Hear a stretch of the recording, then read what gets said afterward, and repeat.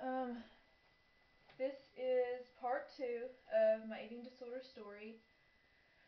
Um, Last time I left off at talking about some triggering comments um, from my childhood and just some triggering things that happened in my childhood. I'm going to continue with that because I have another thing that was very triggering to me, and it happened when I was about 12 or 13. It was Christmas, and we were over my grandmother's, my dad's mom's house, and my grandmother was handing out candy canes, and um, she handing them out to all the grandchildren, and I'm the oldest grandchild over there, and she finally got to me and said, "You want one?" And I said, "Oh, no thanks." And right after I said that, she patted me on the back and said, "That is a really good thing that you're doing, watching your weight. I'm really proud of you for that." And that just shocked me, and that just stunned me, and that aggravated me. I really couldn't understand why she said that at first, but when I started to think on it, it was really depressing to me, and it was a big trigger for me um, for my eating disorder.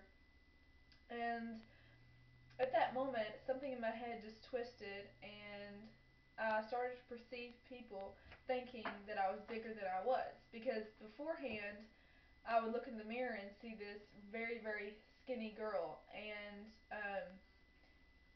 I still saw that very, very skinny girl. But now my perception changed, where I felt like the mirror was lying to me. I felt like I wasn't really that thin. I started feeling deceived by my own self and by people around me. I felt like if I was fat or anything, it was a lie. If they said, "Oh, no, no, would you hush? Shut up. You're not fat." I felt like it was a lie. I couldn't believe it, and that was something that triggered that because my perception started to change because I really didn't think I was big at all at this time. I mean, I was obsessed with the kind of diet thing and kind of curious about it and just was in awe of it, but I really didn't think I was fat at this time. So, yeah, that was another thing that was really triggering, and that triggered my trichotillomania, my trick. That's the short name for it. It is an anxiety disorder caused by obsessively pulling out your hair. And a lot of people don't understand that, but it's sort of like self mutilation, self harm, cutting. Um, but it is really out of control because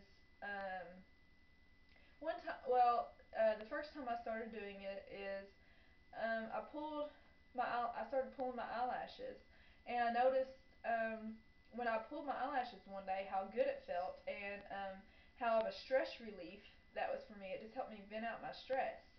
And one day after school, when I was really, really super stressed, I went home and went in my room and sat in front of the mirror and started pulling out my eyelashes. And before I knew it, the very first time, all my eyelashes were gone.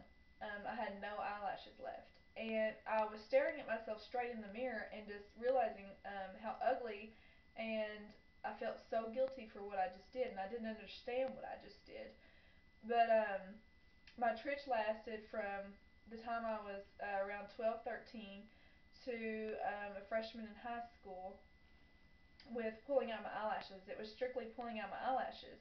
And I was made fun of for it by my family, by my sisters, by almost everybody because it was very noticeable.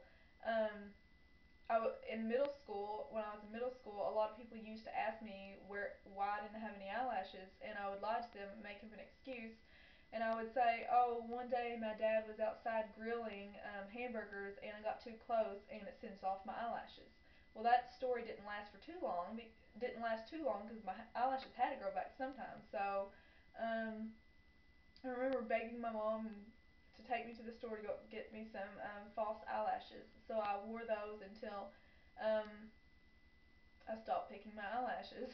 I mean, I wore those a lot, and that was even more embarrassing because I wouldn't let people get close to me. I wouldn't let them.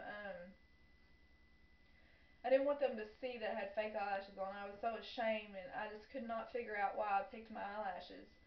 Um, I knew I did it whenever I was very stressed or anxious, and that's how I dealt with a lot of the emotions I had built up over the years, just over different things. As I said in the last video, is we could never go to our parents and share our emotions with them. They were always too busy for us.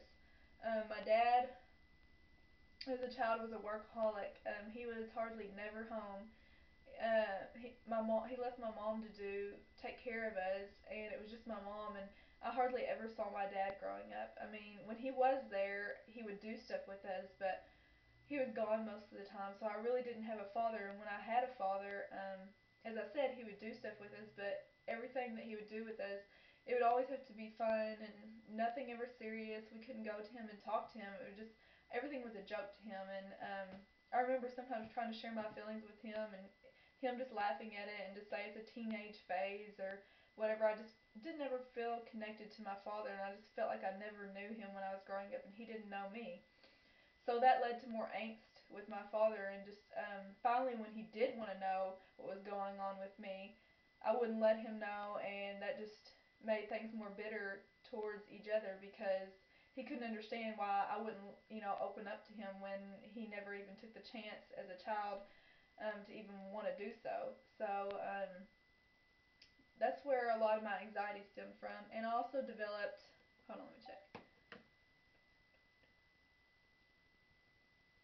And I also developed obsessive compulsive disorder too, and perfectionistic personality whenever I was little.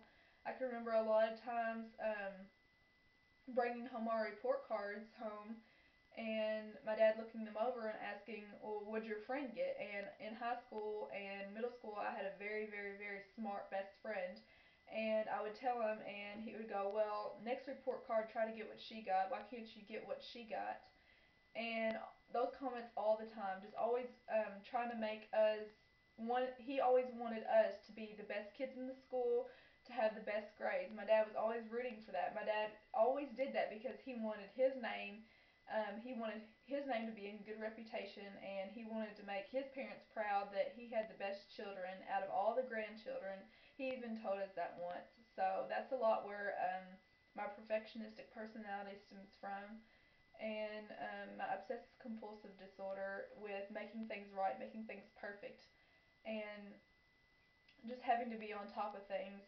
Um, but I think I'm gonna have to make a part 3. So.